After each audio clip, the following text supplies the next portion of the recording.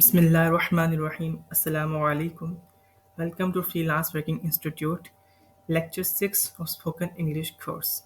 In today's lecture, we will be discussing about the importance of idioms and phrases in communication. As far as our course is concerned, as it is regarding the communication skills. So, for the sake of communication, you should have enhanced vocabulary, which we have discussed earlier. But besides vocabulary, idioms and phrases are also the part and parcel of your communications. जिस तरह से आप उर्दू में कुछ मुहावरे use करते हैं, ठीक है, अपनी बात को खूबसूरत बनाने के लिए या फिर उसके अंदर वज़न पैदा करने के लिए।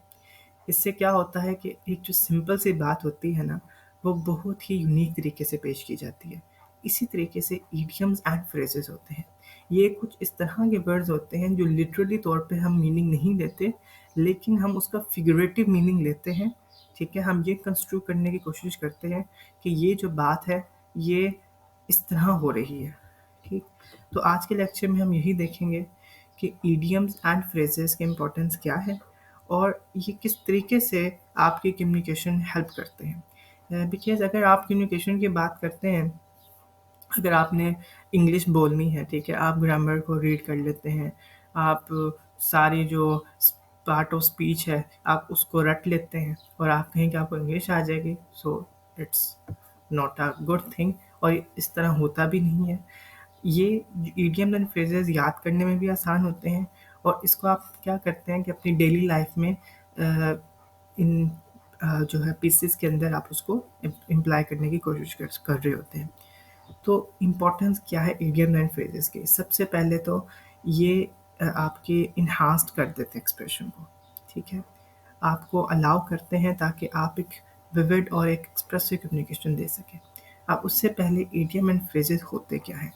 इडियम्स ये वर्ड्स होते हैं, कुछ सेट ऑफ वर्ड्स होता है जिसमें आपके पास जो आप लिटरल मीनिंग नहीं लेते, ठीक है, आप उसका कंस्ट्रक्टिव फिगरेटिव मीनिंग लेते हैं, ठीक है, और इससे आपकी बात के अंदर एक आपके एक्सप्रेशन के अंदर इन्हांसमेंट आ जाती है।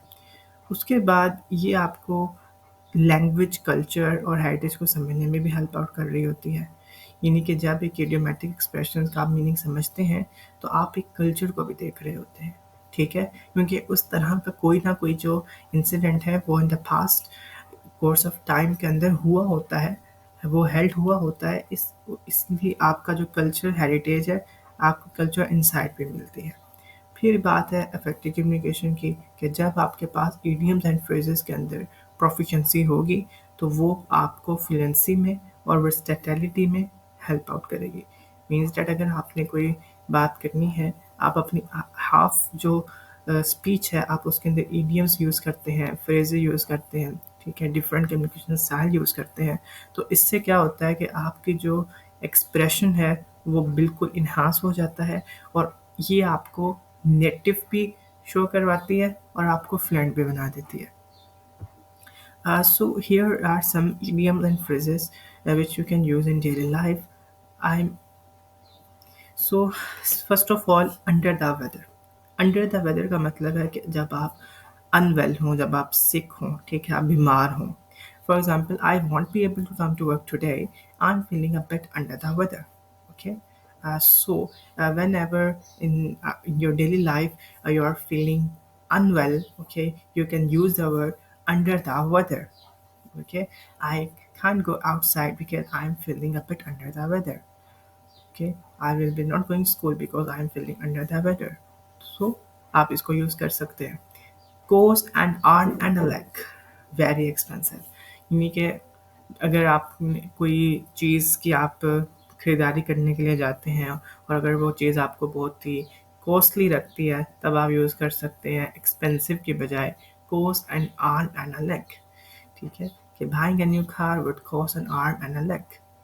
Okay, and you can also say that price hikes are available. Okay, और ये भी बात हो सकती है कि cost and arm and leg के अगर आप कल्चर के अंदर जाते हैं तो आपको ये, अगर आप लिटरल मीनिंग भी लें, आप किसी की अगर आपने बाजू की जो अगर कीमत बतानी है तो वो ज़्यादा होगी, ठीक है, तो ये क्या है, एक लिटरल और फिगरेटिव मीनिंग आ जाता है इसके अंदर। तो आप इसको फिगरेटिव मीनिंग ले रहे होते हैं, cost and arm and a leg. Okay, this cloth cost and arm and a leg. Okay, I'm not going to buy this watch because it costs an arm and a leg.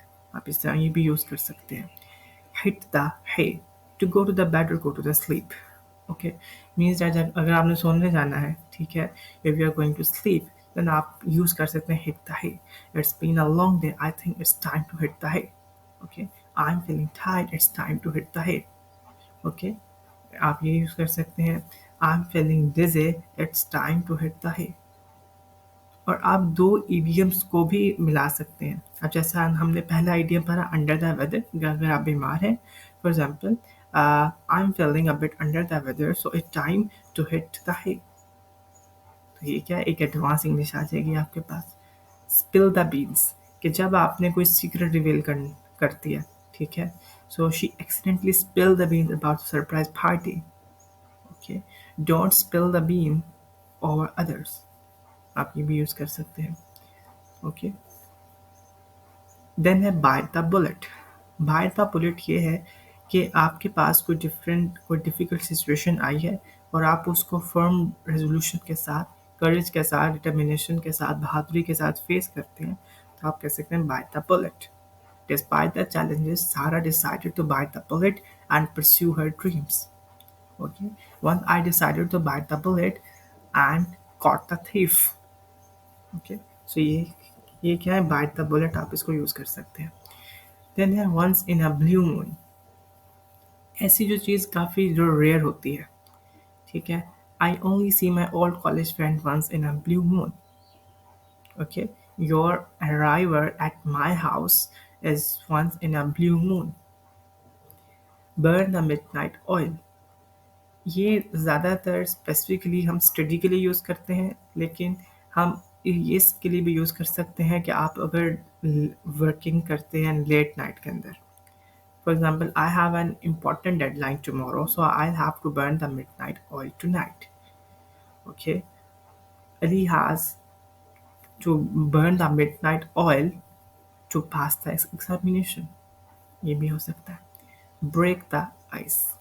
जब एक awkward situation बनी हो, ठीक है, जिस तरह अगर सारी मम सिचुएशन हो, कोई नहीं बोल रहा, तो अगर आप कोई कन्वर्सेशन इनिशिएट करते हैं, आप कोई बात को आगे बढ़ाते हैं, ठीक है, उसको कहते हैं break the ice. John told a joke to break the ice at meeting. Okay, piece of cake. ये तो है ही आसान कि ऐसी चीज़ हो बहुत आसान हो। Don't worry, the exam was a piece of cake. Okay, he is expert at spy because it is a piece of cake for him. A blessing in a disguise. अब अगर आपके पास कोई बुरी चीज़ है, उसमें से कोई अच्छी चीज़ निकल आए, या फिर आप कोई बुरी सिचुएशन के अंदर हैं, कोई मसीहा बन के आ जाए। Okay, for example, you are a blessing in disguise for me today, then losing my job was a blessing in disguise. It gave the opportunity to pursue my passion. ये भी हो सकता है, यानी कि इसके दो मीनिंग, टू फोल्ड मीनिंग है। एक मीनिंग ये है कि आप बुरी चीज़ में से अच्छी चीज़ को निकाल सकते हैं, और एक ये है कि आप अगर आप किसी बैड सिचुएशन में हैं, तो कोई बंदा आता है और आपको उसमें से निकालने में हेल्प आउट करता है। और इडियम एंड फ्रेजेस जो हैं, इनका एक PDF इंशाल्लाह मैं ग्रुप में भी शेयर कर दूंगा आप सबके साथ। तो इन समरी हम ये कह सकते हैं कि idiom and phrases play a vital role in spoken English. Okay, because after understanding idiom and phrases, you are going to communicate well, and you are going to understand the cultural heritage too. So go for idiomatic expressions, and also try to enhance your communication and spoken skills. So that's all for today. Thank you for joining me on this exploration of idioms and phrases. Keep practicing, stay curious, and enjoy the journey of language learning. Thank you.